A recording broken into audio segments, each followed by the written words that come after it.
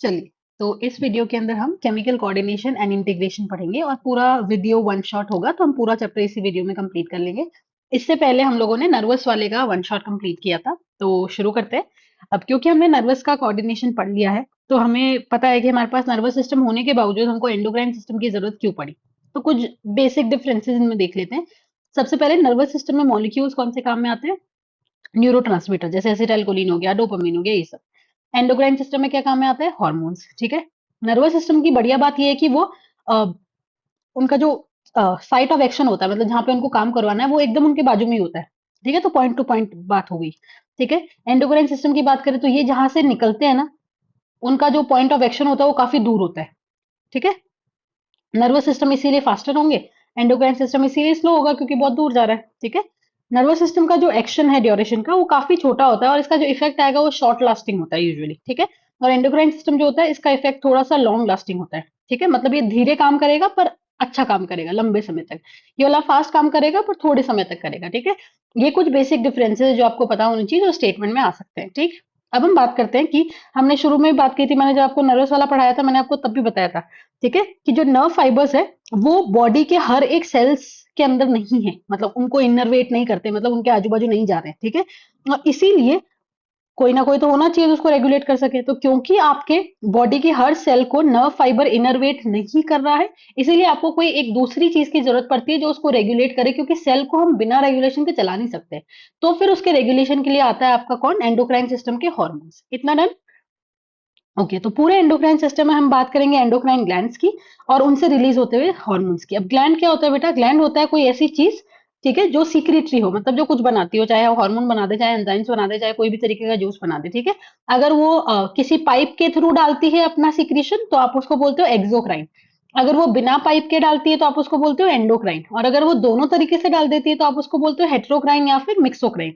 तो हम endocrine glands पढ़ेंगे, वो जिनके पास में डक्ट बोले तो ट्यूब नहीं है, पाइप नहीं है, तो ये अपना सीक्रेशन सीधा कहाँ डालते हैं? ब्लड के अंदर डालते हैं। इसीलिए एंडोक्राइन ग्लैंड में डक्ट नहीं है, इसीलिए हम इनको क्या बोलते हैं? Ductless gland. अब ये कौन सा सीक्रेशन बनाते हैं, क्या रिलीज करते हैं? ये हॉर्मोन्स रिलीज करते हैं। ठीक है। अब हॉर्मोन्स के बारे में थोड़ी सी बात करते हैं। हॉर्मोन्स को कहाँ रिलीज करेंगे? ब्लड में डालेंगे। ठीक है। और फिर जहां से हार्मोन निकला है, उसका टारगेट ऑर्गन यूजुअली थोड़ा सा दूर ही होता है, तो हम उस हार्मोन को टारगेट ऑर्गन की तरफ ट्रांसपोर्ट कर देंगे। ठीक है। हॉर्मोन्स भी केमिकल है, पर इन केमिकल में और जो हमारी बॉडी में नॉर्मल केमिकल है, उनमें अंतर क्या है? नॉर्मल केमिकल जैसे कार्बोहाइड्रेट हो गया, प्रोटीन हो गया, ये सारी ऐसी चीजें बेटा जी जो आपको न्यूट्रिशन, मतलब एनर्जी देके जाता है, मतलब न्यूट्रिएंट वैल्यू है इनकी। लेकिन जो हार्मोन होता है, इनकी नॉन न्यूट्रिएंट केमिकल्स होते हैं, इनको इनको बॉडी में डालने से कोई एनर्जी या कोई न्यूट्रिशन तुमको नहीं मिलने वाला है। ठीक है। और ये दो सेल के बीच में मैसेज की इंटरेक्ट करती है, तो मान लो this is cell number one, this is cell number two. ये हार्मोन इन दोनों के बीच में मैसेज एक्सचेंज करवाता है या सिग्नल देता है। ठीक है। तो इसको इंटरसेल्यूलर मैसेंजर बोलते हैं। ठीक है। तो जहां से रिलीज हुआ, मान लो ये तुम्हारा ग्लैंड और ये तुम्हारा टारगेट ऑर्गन, तो ये यहां से लेके यहाँ मैसेज भेजता है, तो इंटरसेल्यूलर मैसेंजर होगा दो सेल के बीच का। इंटर, इंट्रा नहीं है, इंटर है। ठीक है। और ये हमेशा ट्रेस अमाउंट में बनते हैं। हॉर्मोन्स अगर बहुत ज्यादा हो गए तो भी बीमारी हो जाएगी, और बहुत कम हो गए तो भी आपको बीमारी हो सकती है। ठीक। ये वाला डन। ये हमारी इंट्रो वाली बात हुई। दो बातें और आ गई, इनवर्टिब्रेट्स और वर्टिब्रेट्स के एंडोक्राइन सिस्टम को हल्का सा कंपेयर कर रखा है, दो पॉइंट्स है बस। ठीक है। कि इनवर्टिब्रेट्स का जो एंडोक्राइन सिस्टम होगा वो कंपैरेटिवली सिंपल होगा और बहुत कम हार्मोन्स वहां पे बनेंगे। वहीं पे अगर आप वर्टिब्रेट्स की बात करते हैं तो उनका एंडोक्राइन सिस्टम थोड़ा कॉम्प्लेक्स होता है, और वहां पे आपको नंबर ऑफ हार्मोन्स जो है वो भी ज्यादा मिलेगा। ठीक है। ओके। अब बात करते हैं एंडोक्राइनोलॉजी क्या है। एंडोक्राइनोलॉजी होता है जिसके अंदर आप एंडोक्राइन ग्लैंड का स्ट्रक्चर, उनका फंक्शन, उनका डायग्नोसिस और उनका ट्रीटमेंट पढ़ते हो, मतलब कैसे दिखते हैं, क्या काम करते हैं, अगर वो ढंग से काम नहीं करेंगे तो क्या बीमारी हो जाएगी, तो उसका डायग्नोसिस करेंगे और फिर उसको ट्रीटमेंट करेंगे। ठीक है। फादर कौन है एंडोक्राइनोलॉजी का? Thomas Edison. याद हो तो ठीक है, नहीं हो तो छोड़ सकते हो। ठीक। हाँ। अब बात करते हैं ह्यूमन एंडोक्राइन सिस्टम में क्या क्या चीजें आती है। ह्यूमन एंडोक्राइन सिस्टम में सबसे पहले आते हैं एंडोक्राइन ग्लैंड्स, जो हम पढ़ेंगे pituitary, pineal, thyroid, adrenal, pancreas, parathyroid, thymus, gonads. अब आप सोचेंगे मैंने यहाँ हाइपोथैलेमस क्यों नहीं लिखा? क्योंकि जो आपका एनसीईआरटी का पैराग्राफ है उसमें हाइपोथैलेमस लिख ही नहीं रखा है। हाइपोथैलेमस को ना हम प्राइमरीली नर्वस सिस्टम का पार्ट मानते हैं।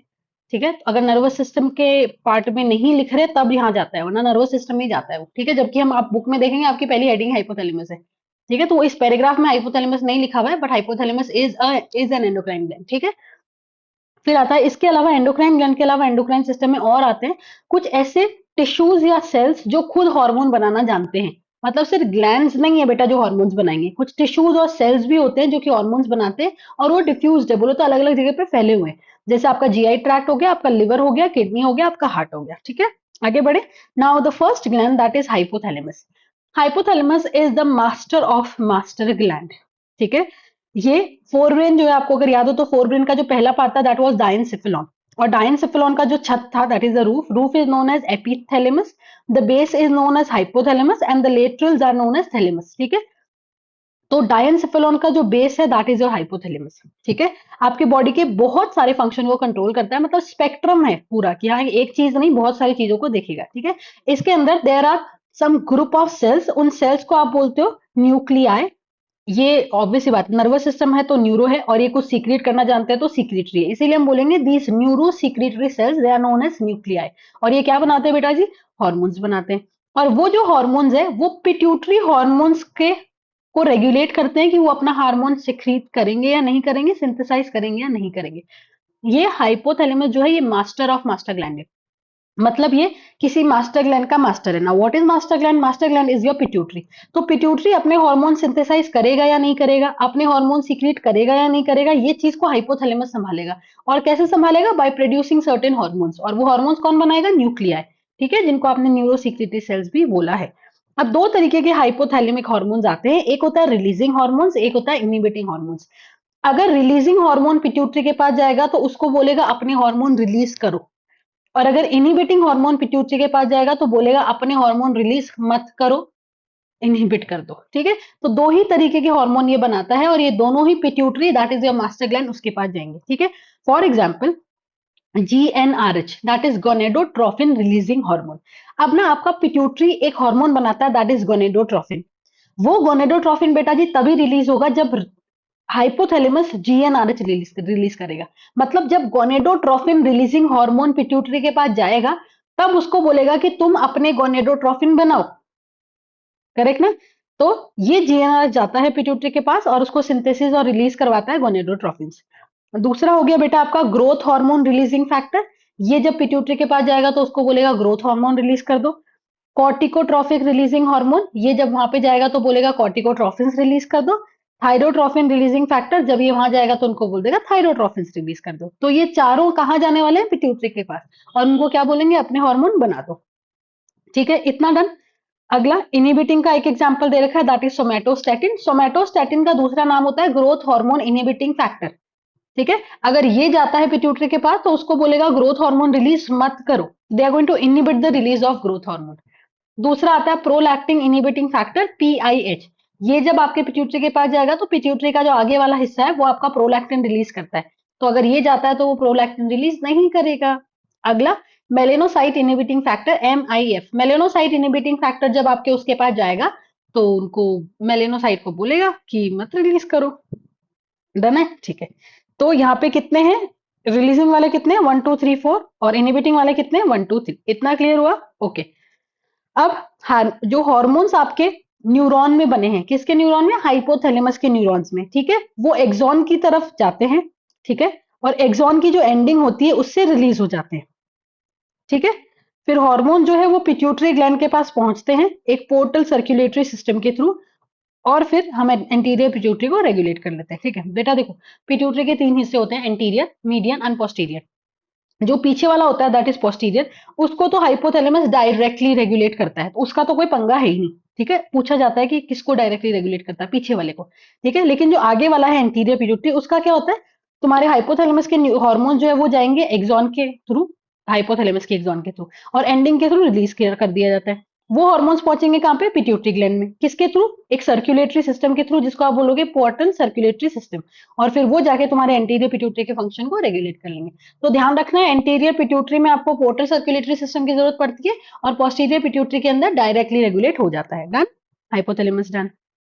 अगला आता है पिट्यूटरी ग्लैंड। अब जो मैंने आपको अभी बात बताई ना वो मैं आपको अभी समझा देती हूँ। यहाँ से ये वाला है आगे वाला हिस्सा, और ये वाला है पीछे वाला हिस्सा। मैंने आपको बोला था पोस्टीरियर पिट्यूटरी डायरेक्ट कंट्रोल में है। डायरेक्ट कंट्रोल बोलो तो ये हाइपोथैलेमस की न्यूरॉन है, ये सीधी पोस्टीरियर तक ही पहुंच जाती है, और यहाँ जाके हार्मोन्स रिलीज कर दी, कोई दिक्कत ही नहीं, पंगा ही नहीं। ठीक है, लेकिन एंटीरियर वाले की देखो, ये हाइपोथैलेमस की न्यूरॉन है, इसके हार्मोन्स कहाँ पहुंचे? एंड पे पहुंचे, एक्सोनल एंड पे।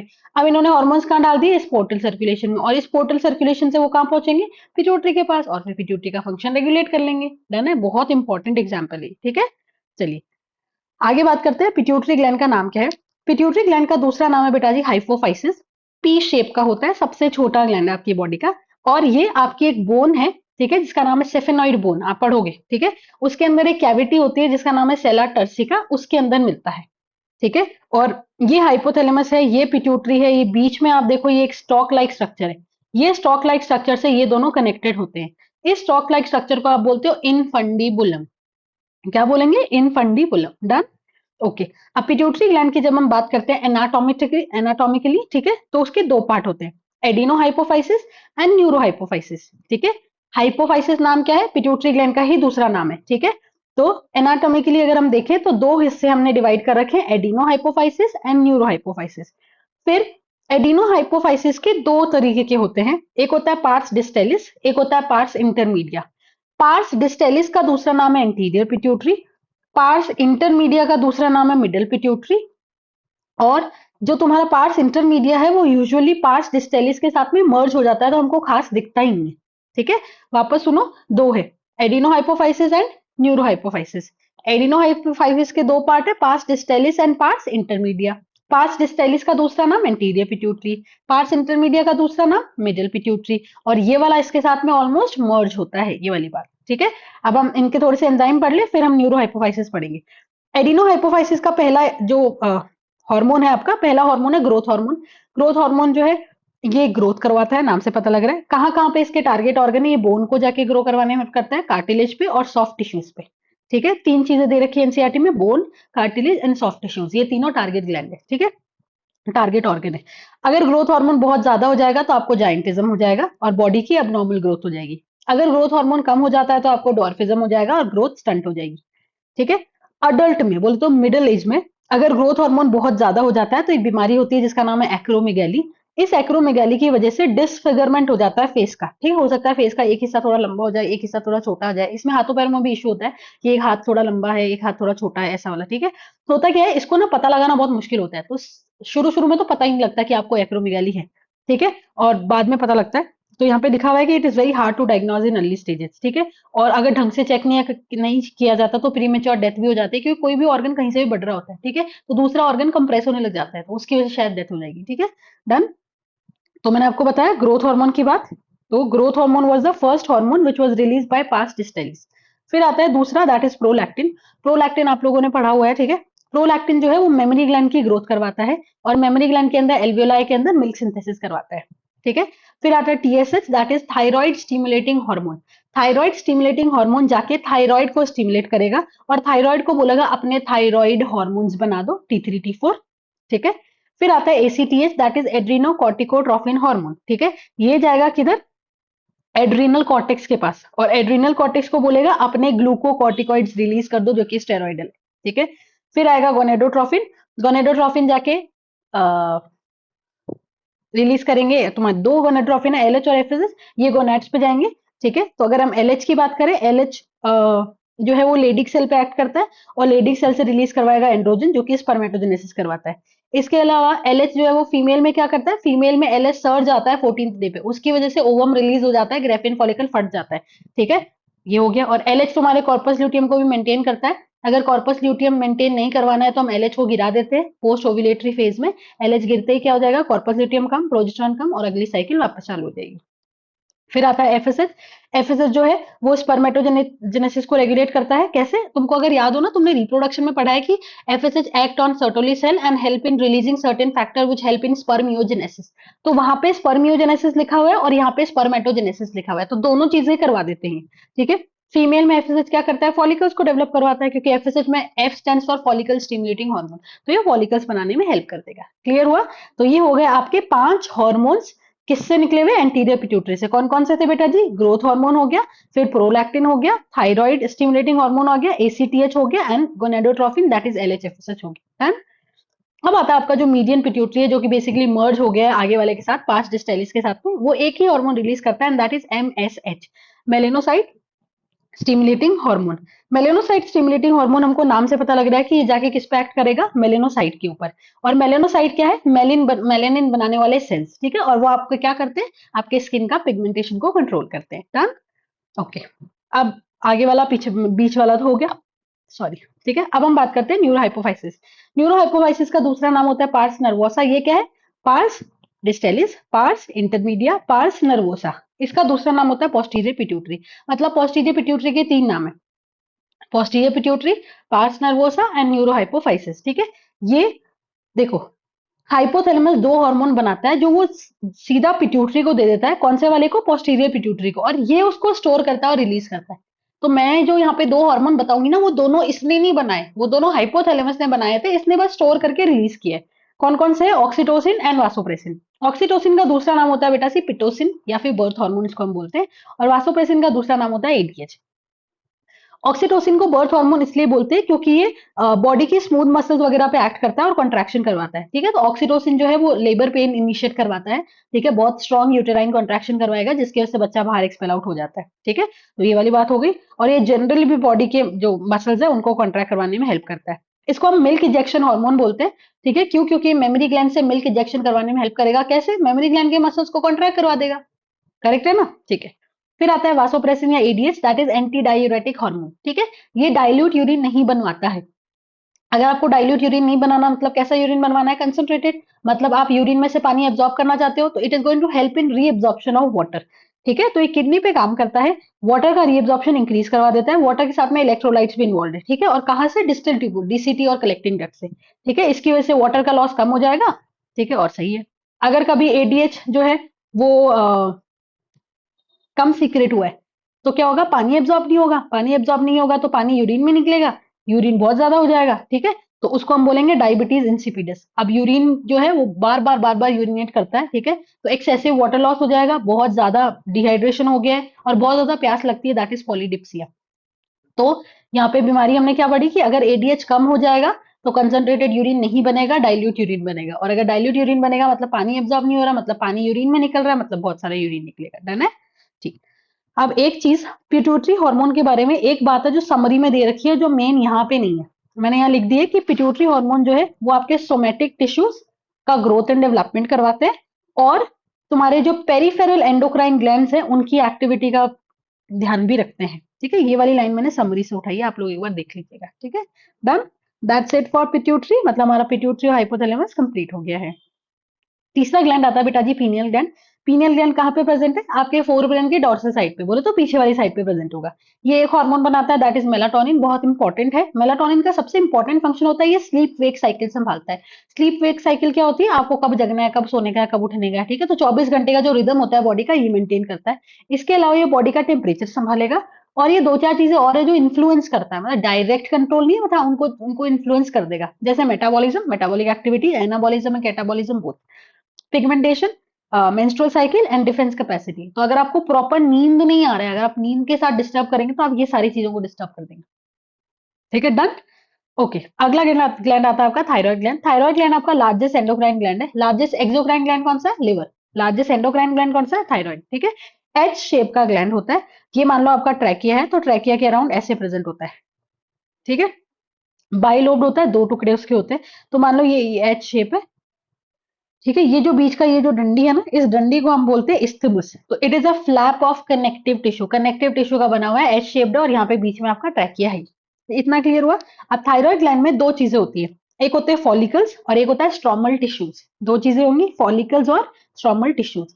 हर फॉलिकल में होते हैं फॉलिकुलर सेल्स, वही ऑब्वियस। और फॉलिकुलर सेल जो है उन्होंने एक कैविटी को एनक्लोज कर रखा है, ठीक है, मान लिया। अब आता है ये जो फॉलिकुलर सेल्स है ये दो तरीके के हार्मोन्स बनाते हैं, T4 एंड T3। T3 होता है ट्राई आयोडोथायरोनिन, T4 होता है टेट्रा आयोडोथायरोनिन। T4 का ही दूसरा नाम है थायरोक्सिन, ठीक है। आपका T3 जो होता है वो ज्यादा इफेक्टिव होता है और T4 जो होता है वो ज्यादा बनता है। T4 बहुत ज्यादा बन रहा है पर हम T4 को T3 में ही कन्वर्ट कर देते हैं क्योंकि वो इफेक्टिव है, ऑब्वियस, ठीक है। और T4 T3 ये दोनों को बनने के लिए आपको आयोडीन की जरूरत होती है। तो अगर आप आयोडाइज सॉल्ट नहीं खाते हैं तो आपको थायराइड का इशू हो सकता है, ठीक है। क्या क्या चीजें रेगुलेट करता है बेटा ये, इसके ना मतलब ये चैप्टर के फंक्शंस जो है बहुत इंपॉर्टेंट है, उसी से क्वेश्चन आते हैं और बच्चे के फंक्शंस ना इधर उधर हो जाते हैं। तो उनको याद करने के लिए आपको या तो ट्रिक बनानी पड़ेगी या शॉर्ट नोट्स है या अपनी स्टडी टेबल के सामने रखो, कुछ करना पड़ेगा क्योंकि ये कोई ऐसा नहीं है कि आपको कोई पिला दे कि हाँ ठीक है यार घोल दिया मैंने आप पी लो आपको याद रह जाएगा, ऐसा नहीं हो सकता है। आपको बार बार पढ़ना पड़ेगा, ठीक है। हाँ। तो पहली चीज थायराइड क्या करता है? थायराइड सबसे पहले आपका बीएमआर रेगुलेट करता है, ठीक है? हमने अभी बात करी थी कि बीएमआर एग्जैक्टली है क्या, पहले ये समझो। बेसल मेटाबॉलिक रेट, ठीक है? कि आपकी कोई भी चीज का मेटाबॉलिज्म किस रेट पे होगा, कोई भी चीज बोले तो बायोमोलिक्यूल्स, कार्बोहाइड्रेट, प्रोटीन, वो किस रेट पे होगा ये संभालता है ये, ठीक है? आरबीसी का फॉर्मेशन करेगा, मतलब आरबीसी बनवाएगा, that is known as erythropoiesis. और हमने यहाँ पे लिख दिया कार्बोहाइड्रेट, प्रोटीन और फैट का मेटाबॉलिज्म कंट्रोल करेगा। तो अगर कार्बोहाइड्रेट, प्रोटीन, फैट इन तीनों का मेटाबॉलिज्म कंट्रोल कर रहा है तो इनडायरेक्टली बीएमआर भी तो रेगुलेट कर रहा है, तो ये दोनों फंक्शन तो रिलेटेड हो गई, ये याद कर लो, ठीक है? और ये आरबीसी फॉर्मेशन करता है। फिर ये पानी का और इलेक्ट्रोलाइट का बैलेंस भी बना के रखता है, ठीक है? वापस सुनो, ठीक है? दो चीजें रिलेटेड है कि ये कार्बोहाइड्रेट, प्रोटीन और फैट, इनको क्या करता है, मेटाबॉलिज्म का ध्यान रखता है। अगर ये कर रहा है तो बीएमआर भी रेगुलेट कर रहा है, और ये आरबीसी का फॉर्मेशन करवाता है, दैट इज एरिथ्रोपोएसिस। और पानी और इलेक्ट्रोलाइट का बैलेंस भी करेगा।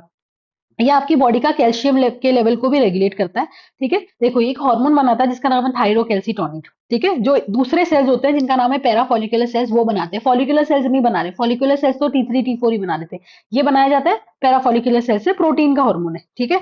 ये हाइपोकैल्सिमिक हार्मोन है। हाइपोकैल्सिमिक हार्मोन का मतलब क्या होता है? ये ब्लड के अंदर कैल्शियम का लेवल कम करेगा।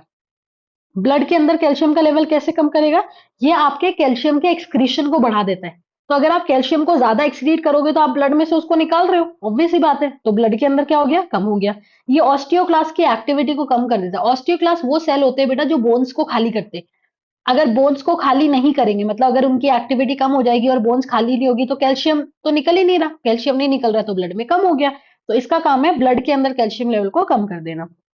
इसके अलावा ये आपकी फिजिकल, मेंटल और सोशल ग्रोथ को भी संभालता है। रिप्रोडक्टिव ग्रोथ नहीं, only physical, mental and social growth. ये टेडपोल लार्वा के अंदर मेटामॉर्फोसिस करवाता है, और ये माइलिनेशन में हेल्प करता है। माइलिनेशन मतलब माइलिन शीट बनाने में हेल्प करेगा। समरी में दो बातें दे रखी है कि मेंस्ट्रुअल साइकिल में हेल्प करता है, समरी में दे रखी है, वापस सुनना मेरी बात, ठीक है? और दूसरी चीज, ये सीएनएस का डेवलपमेंट एंड मैचुरेशन करता है, ठीक है? कितने फंक्शन हमने लिखे? 10 फंक्शन, ठीक है? ये जो तीनों चीजें हैं जो मैंने 6, 7, 8 पॉइंट लिखा है, ये एनसीईआरटी के अंदर नहीं है, ठीक है? वापस सुनो, क्या क्या कर रहा है? बीएमआर रेगुलेट कर रहा है, तो मेटाबॉलिज्म भी संभालेगा, कार्बोहाइड्रेट, प्रोटीन और फैट का। आरबीसी का फॉर्मेशन देख रहा है, पानी का, इलेक्ट्रोलाइट का बैलेंस देख रहा है, कैल्शियम हाइपोकैल्सिमिक है, फिजिकल, मेंटल, तुम्हारी सोशल ग्रोथ देख रहा है, मेटामॉर्फोसिस देखेगा, माइलिनेशन देखेगा, और समरी में दे रखा है मेंस्ट्रुअल साइकिल और development and maturation of CNS. Done. अब बीमारियां पढ़ते हैं। सबसे पहले, अगर हाइपोसिक्रीशन है, अगर थायराइड हार्मोन्स कम बन रहे हैं तो क्या होगा, ठीक है? अगर आप आयोडीन नहीं लेते हैं डाइट के अंदर ढंग से, तो आयोडीन की कमी की वजह से T3 T4 नहीं बनेंगे, ठीक है? तो सेल्स को ऐसा लगता है कि वो हार्मोन नहीं बना रहे, तो सेल्स एक्सेसिवली डिवाइड करते हैं ताकि हार्मोन्स का कंपनसेशन हो जाए, ठीक है? लेकिन उनके एक्सेसिवली डिवाइड करने की वजह से थायराइड ग्लैंड बड़ा हो जाता है, ठीक है? और नेक में स्वेलिंग हो जाती है, जिसको आप बोलते हो गोइटर। अगर प्रेगनेंसी के वक्त, ठीक है, थायराइड हार्मोन्स कम है, तो बेबी का डिफेक्टिव डेवलपमेंट होगा, जैसे उसकी ग्रोथ स्टंटेड हो जाएगी, क्रेटिनिज्म, वो मेंटली रिटार्डेड हो सकता है, उसका आईक्यू कम होगा, उसकी स्किन अबनॉर्मल हो सकती है, वो डेफ और म्यूट हो सकता है।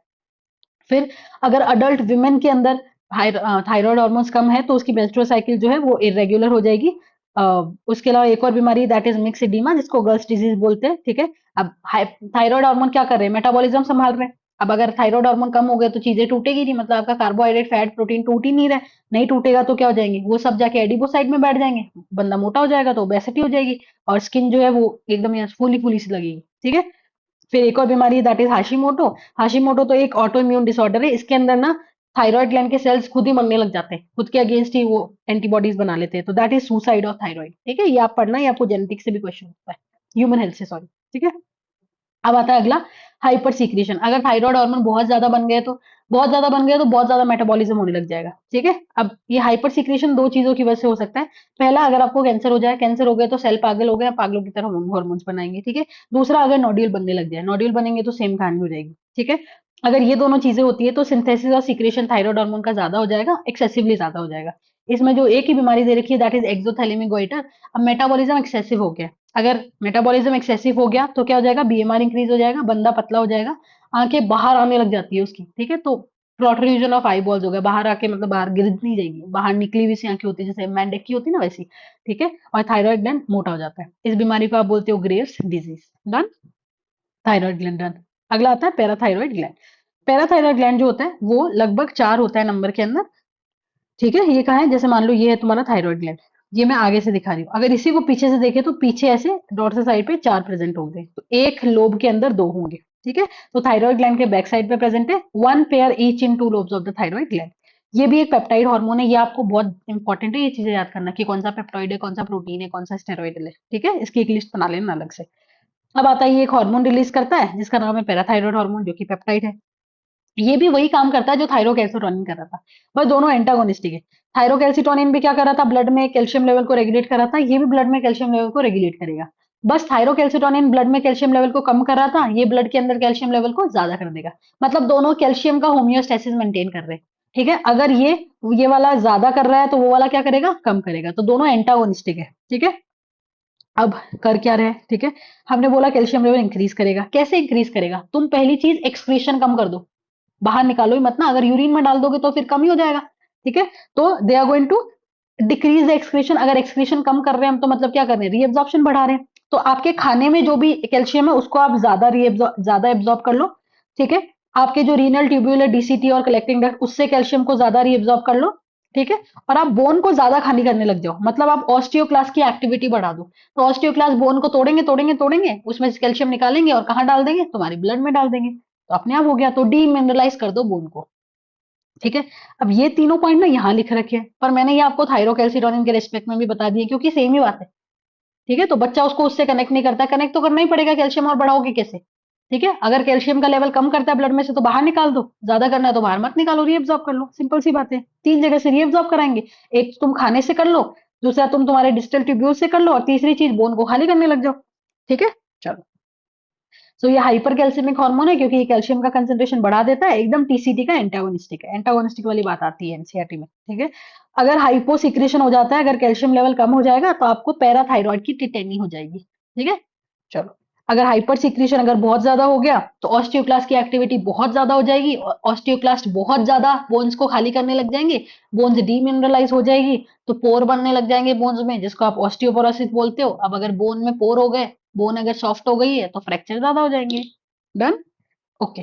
अगला आता है थाइमस। थाइमस एक लोब्यूलर स्ट्रक्चर है, मतलब लोब्ड स्ट्रक्चर है। ठीक है, कहाँ प्रेजेंट होता है, इसका ना अच्छा खासा एड्रेस दे रखा है, जैसे आप नहीं बोलते उस गली में उसके पीछे, और वैसा। ठीक है, बिटवीन लंग्स, लंग्स के बीच में, स्टर्नम के पीछे। ठीक है, on the ventral side of sternum, sternum नहीं, वेंट्रल साइड ऑफ हार्ट आएगा इधर।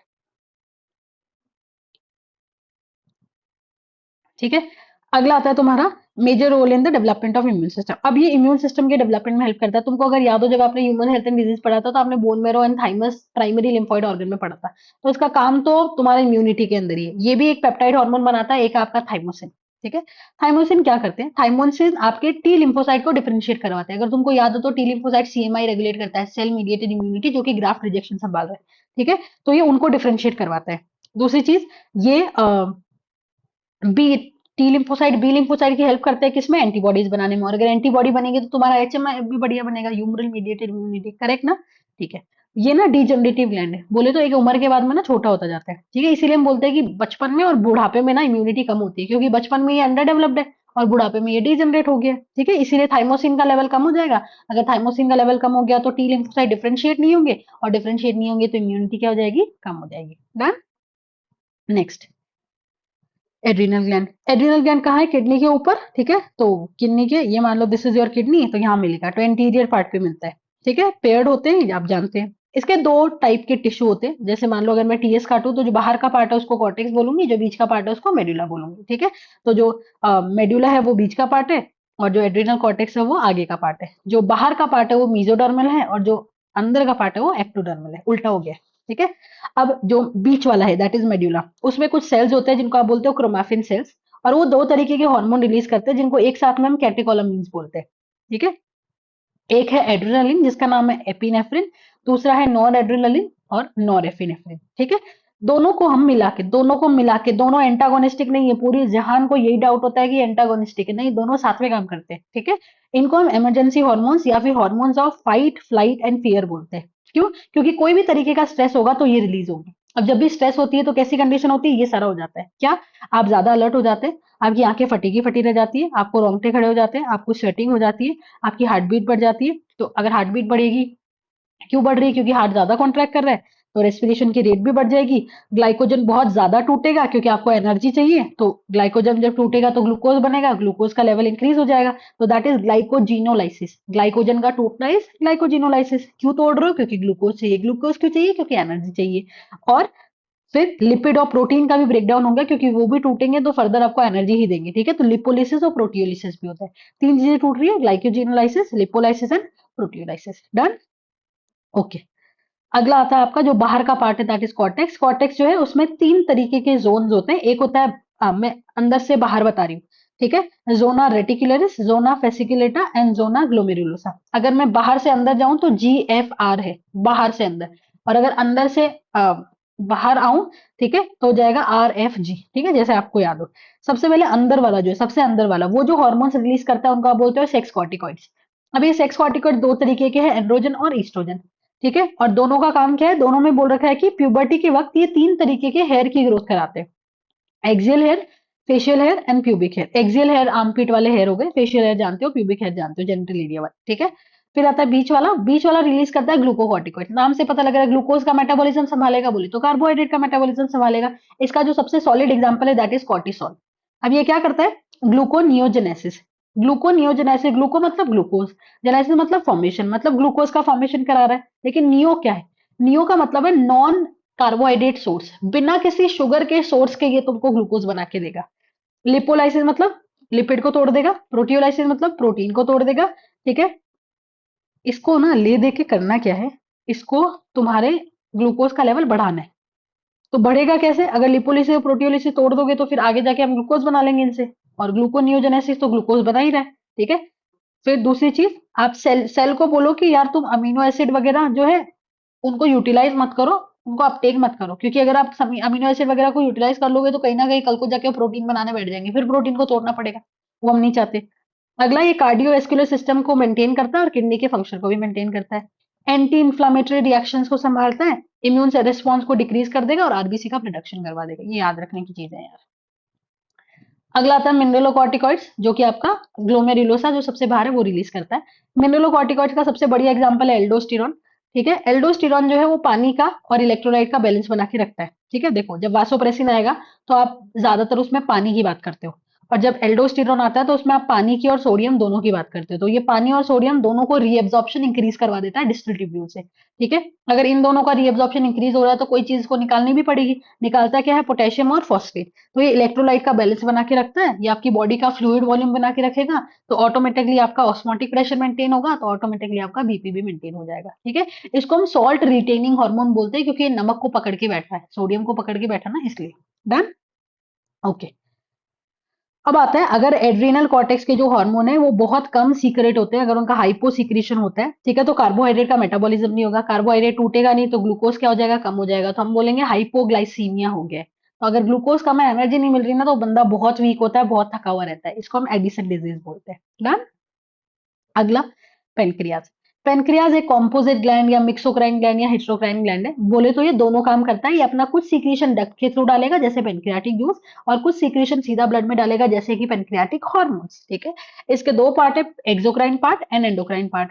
एक्सोक्राइन पार्ट जो है वो 98.99% है, और 1 से 2% के आसपास तुम्हारा ये 98 से 99% है, और एंडोक्राइन पार्ट जो है वो 1 से 2% है। एनसीईआरटी में दे रखा है 1 से 2%, याद करना पड़ेगा, ठीक है। एंडोक्राइन पार्ट को आप बोलते हो आइलेट्स ऑफ लैंगरहैंस जो 1 से 2 मिलियन है, और एक्सोक्राइन पार्ट को आप बोलते हो पेनक्रियाटिक एसिनाई या एसिनार सेल्स, ठीक है। आइलेट्स ऑफ लैंगरहैंस के सेल्स है alpha beta delta PP sales, ठीक है। अल्फा बीटा याद करेंगे आप। ग्लूकागन और इंसुलिन दोनों ही पेप्टाइड हार्मोन है, ठीक है। ग्लूकागन ग्लूकोज के लेवल को इंक्रीज करता है ब्लड में, और इंसुलिन ग्लूकोज के लेवल को कम करता है, मतलब एंटागोनिस्टिक है, ठीक है। अब कैसे कम करेंगे देखते हैं। ग्लूकागन को इंक्रीज करना है, ठीक है। तो ये क्या बोलेंगे? ये हेपेटोसाइट जो कि आपके लिवर के सेल है, लिवर को सेल को बोलेंगे कि यार कि तुम ग्लाइकोजन को तोड़ दो। अगर ग्लाइकोजन को तोड़ोगे तो ग्लूकोज बनेगा, और वो ग्लूकोज तुम ब्लड में डाल दो, तो अपने आप ग्लूकोज का लेवल इंक्रीज हो जाएगा, तो हाइपरग्लाइसीमिया हो जाएगा। फिर ये बोलोगे हम ना नॉन कार्बोहाइड्रेट सोर्स से भी ग्लूकोज बना लेते हैं, तो ग्लूकोनियोजेनेसिस कर लेंगे। और सेल को बोलेंगे यार तुम ग्लूकोज को ले मत यार, यूटिलाइज मत करो। अगर तुम यूटिलाइज कर लोगे तो ब्लड के अंदर कैल्शियम तुम्हारे ये ग्लूकोज का लेवल कम हो जाएगा, तो उनको बोलेंगे मत यूज करो, तो ब्लड में ज्यादा रहेगा। इसका जस्ट उल्टा इंसुलिन कर लेगा। इंसुलिन क्या बोलेगा, हेपेटोसाइट्स पे और एडिपोसाइट्स दोनों पे काम करेगा। यहाँ पे सिर्फ हेपेटो है, यहाँ पे हेपेटो और एडिपो दोनों लिखा है। वो बोलेगा इन पे काम करेगा, और ग्लूकोज सेल को बोलेगा यार तुम ग्लूकोज भर भर के यूज करो। अगर तुम भर भर के यूज करोगे तो ब्लड के अंदर कम हो जाएगा। ठीक है, ये ग्लूकोज को ना हेपेटोसाइट्स और एडिपोसाइट की तरफ भेज देता है। तो एडिपोसाइट जो होंगे उसको फैट में कन्वर्ट कर देंगे, हेपेटोसाइट उसको ग्लाइकोजन में कन्वर्ट कर देंगे, तो अपने आप ग्लूकोज का लेवल क्या हो गया, कम हो गया। इसीलिए हम इसको क्या बोलते हैं, हाइपोग्लाइसेमिक हार्मोन। और ये ग्लाइकोजेनेसिस कराता है, बोले तो ग्लूकोज से ग्लाइकोजन बनवा देगा, तो अपने आप कम हो गया। ठीक है, अगर इंसुलिन का अमाउंट कम हो गया है तो ब्लड के अंदर ग्लूकोज लेवल क्या हो जाएगा, बहुत ज्यादा हो जाएगा। और हाइपरग्लाइसीमिया है तो यूरिन के थ्रू ग्लूकोज निकलने लग जाएगा। ठीक है, और ग्लूकोज तो बाहर निकल रहा है तो फैट, वो उसको फैट वगैरह को तोड़ा जाएगा तो कीटोन बॉडीज बन जाएगी। इंसान को बहुत प्यास लगेगी, बहुत यूरिन लगेगा, यूरिन में ग्लूकोज होगा। ठीक है, और बहुत ज्यादा भूख भी लगेगी और बंदा बहुत टायर्ड रहेगा और उसका वेट लॉस भी हो जाएगा। डन। ठीक। अब आता है टेस्टिस और ओवरी। टेस्टिस और ओवरी जो है वो आप ह्यूमन रिप्रोडक्शन में पढ़ते हो, तो मैं यहाँ पे नहीं पढ़ा रही हूँ, नोट्स है, अगर किसी को चाहिए तो कमेंट सेक्शन में बता देना। ठीक है, फिर आता है hormones of heart, kidney and GIT. ठीक है, हार्ट जो है, हार्ट में जो एट्रिया होता है आपका, एट्रिया की वॉल से आपका एएनएफ रिलीज होता है, दैट इज एट्रियल नाइट्रियूरेटिक फैक्टर। ठीक है, ये आपके ब्लड वेसल को चौड़ी कर देता है। तो ब्लड वेसल पहले इतनी थी, अब ब्लड वेसल इतनी हो गई, तो उसका बीपी क्या हो गया, कम हो गया, तो बीपी कम कर देगा। ठीक है, फिर किडनी से आते हैं जेजी सेल्स। जेजी सेल्स रिलीज करते हैं एरिथ्रोपोएटिन, दोनों ही पेप्टाइड है। और एरिथ्रोपोएटिन नाम से पता लग रहा है एरिथ्रोपोइसिस करा देगा, तो आरबीसी का फॉर्मेशन करा देगा। जीआई ट्रैक्ट से आता है ये सारे पेप्टाइड है। जीआई ट्रैक्ट जो है उससे आता है गैस्ट्रिन। गैस्ट्रिन गैस्ट्रिक ग्लैंड के ऊपर काम करता है और उससे एचसीएल और पेप्सिनोजन का सीक्रेशन इंक्रीज करा देगा। सीक्रेटिन पेनक्रियास पे काम करता है, एक्सोक्राइन वाले पे, और उससे H2O और HCO3 माइनस इंक्रीज करा देगा। ठीक है, फिर आता है सीसीके। सीसीके जो है कोलिसिस्टोकाइनिन, ये पेनक्रियास पे काम करता है और उसको बोलेगा पेनक्रियाटिक जूस रिलीज कर दो। और गॉल ब्लैडर पे काम करेगा और उसको बोलेगा बाइल जूस रिलीज कर दो। और जो जीआईपी है that is gastric inhibitory peptide, ये जाके गैस्ट्रिक सिक्रेशन की को इनहिबिट कर देगा, रोक देगा। ठीक है, अब आता है मैकेनिज्म ऑफ हार्मोन एक्शन। ये समझो कि हार्मोन जाके काम कर कैसे रहे। मेरी बात ध्यान से सुनना।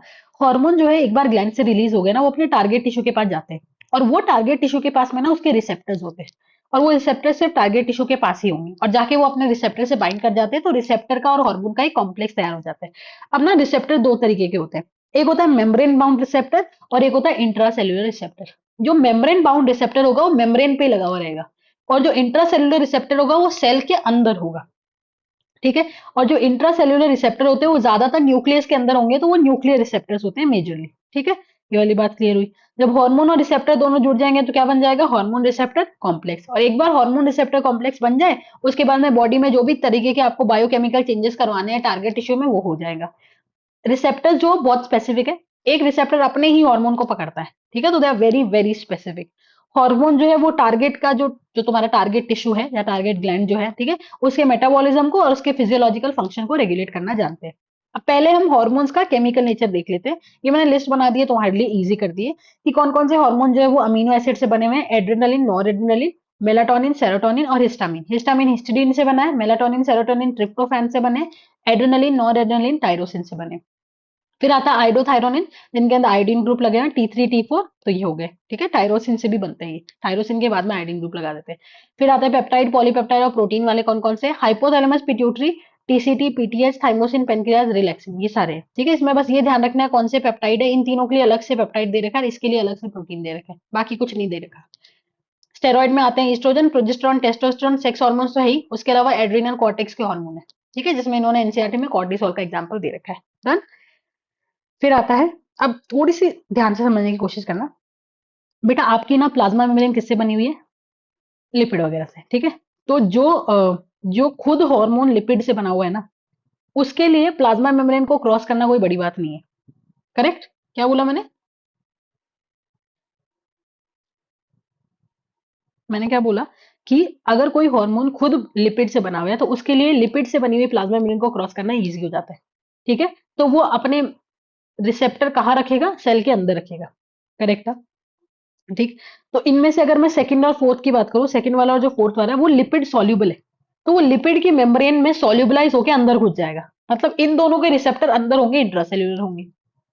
और जो खुद प्रोटीन से बने हुए हैं जैसे कि 1 और 3 वाला, थर्ड वाला, ये पानी में सॉल्युबल है, तो ये लिपिड में तो घुल ही नहीं पाएंगे, मतलब प्लाज्मा मेम्ब्रेन में घुलेंगे नहीं।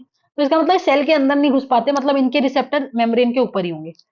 तो जो 1 और 3 है वो वाटर सॉल्युबल होंगे, और जो 2 और 4 है वो लिपिड सॉल्युबल होंगे। जो लिपिड में घुल जाएंगे उनके रिसेप्टर लिपिड की मेम्ब्रेन के अंदर होंगे, ठीक है, मतलब सेल के अंदर होंगे, ठीक है। और जो लिपिड में नहीं घुल पाएंगे उनके मेम्ब्रेन के ऊपर ही रखने पड़ेंगे रिसेप्टर, ठीक। अब दो तरीके के डायग्राम है एनसीईआरटी में।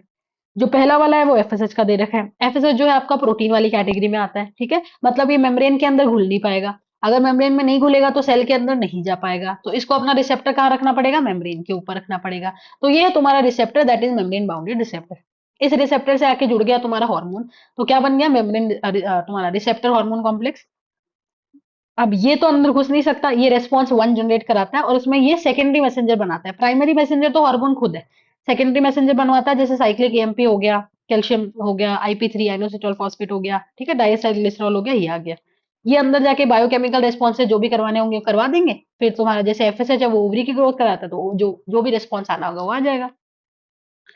अगला आता है जो लिपिड में घुल जाता है, जैसे तुम्हारा ईस्ट्रोजन, सेक्स हार्मोन्स हो गए, ये लिपिड में घुल के मेम्ब्रेन को सीधा क्रॉस करके अंदर जाएगा। न्यूक्लियस के अंदर ज्यादातर होते हैं, तो ये रहा तुम्हारा कॉम्प्लेक्स बन गया। अब ये जो कॉम्प्लेक्स है ये जाके सीधा डीएनए के साथ छेड़छाड़ करता है, तो डीएनए में क्या हो रहा है, ट्रांसक्रिप्शन ट्रांसलेशन। तो प्रोटीन इनहिबिशन वगैरह जो भी होता है, प्रोटीन में चेंजेस वगैरह, तुम ट्रांसक्रिप्शन ट्रांसलेशन बदल दो, तुम्हारा जो भी रेस्पॉन्स है वो बदल जाएगा। ठीक है, डन। ये हो गया हमारा एक्शन। तो मैंने ये चैप्टर एक बार का कंप्लीट करवा दिया है। जो बातें रटने की है बेटा जी वो तो आपको ही रटनी पड़ेगी, हम उसमें कोई खास मदद कर नहीं सकते। ट्रिक्स वगैरह देखनी है तो there are several videos on YouTube, आप ट्रिक्स वगैरह देख के याद कर सकते हो। ठीक है, मैंने टेस्टीज एंड ओवरीज नहीं पढ़ाया है क्योंकि वो आप ह्यूमन रिप्रोडक्शन में पढ़ लेते हो, और मेरा ह्यूमन रिप्रोडक्शन का वीडियो भी है इंटरनेट पे, ठीक है, यूट्यूब पे, तो आप वहां से भी चेक कर सकते हो। ठीक है, दैट्स इट, थैंक यू।